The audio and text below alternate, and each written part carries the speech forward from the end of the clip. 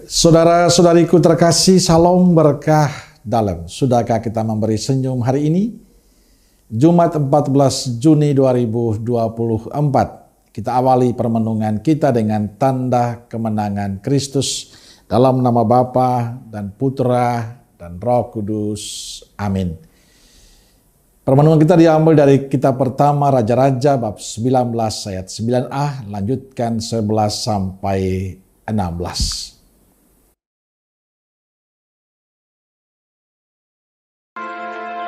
Di sana masuklah ia ke dalam sebuah gua dan bermalam di situ. Lalu firman-Nya, "Keluarlah dan berdiri di atas gunung itu di hadapan Tuhan." Maka Tuhan lalu, angin besar dan kuat yang membelah gunung-gunung dan memecahkan bukit-bukit batu, mendahului Tuhan. Tetapi tidak ada Tuhan dalam angin itu.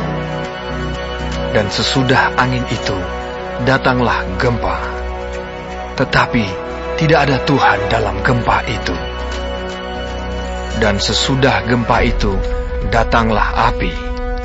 Tetapi tidak ada Tuhan dalam api itu.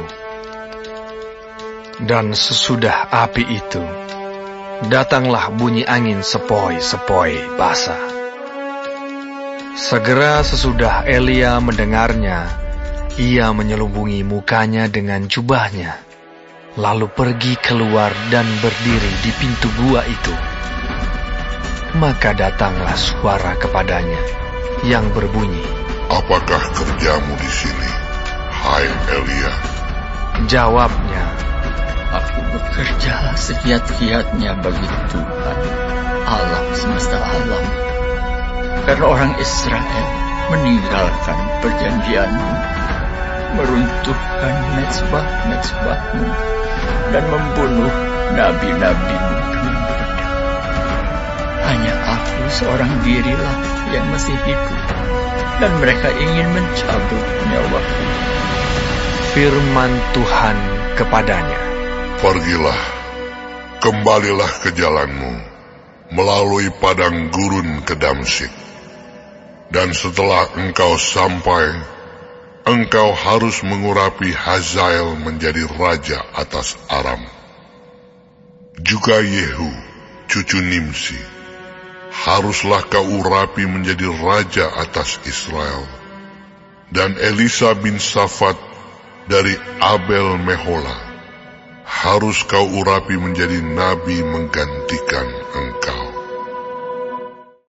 Saudaraku terkasih, dalam bacaan pertama hari ini, kitab pertama Raja-Raja diceritakan pada kita tentang kisah Elia.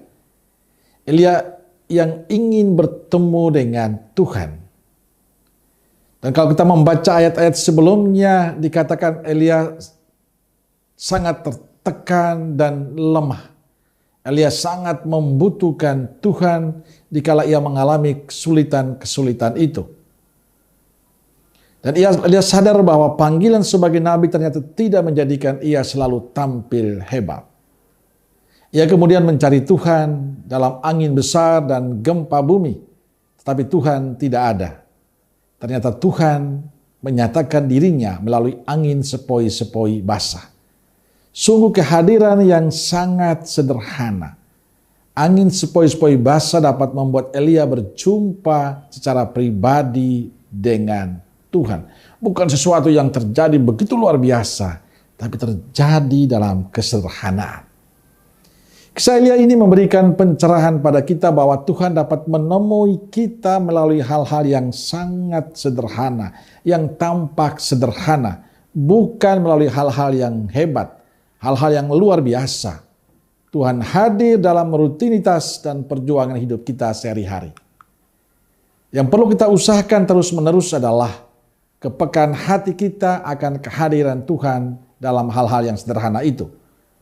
Tuhan hadir dalam keseharian kita. Tuhan sering menjumpai kita saat kita berjumpa dengan sesama kita. Saat kita bekerja, saat kita melayani, saat kita membantu sesama, saat kita bersama keluarga.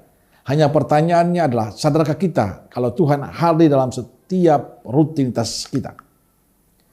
Saya berharap semoga kisah Elia hari ini menginspirasi kita bahwa Tuhan selalu ingin menjumpai kita dalam keadaan yang sangat manusiawi.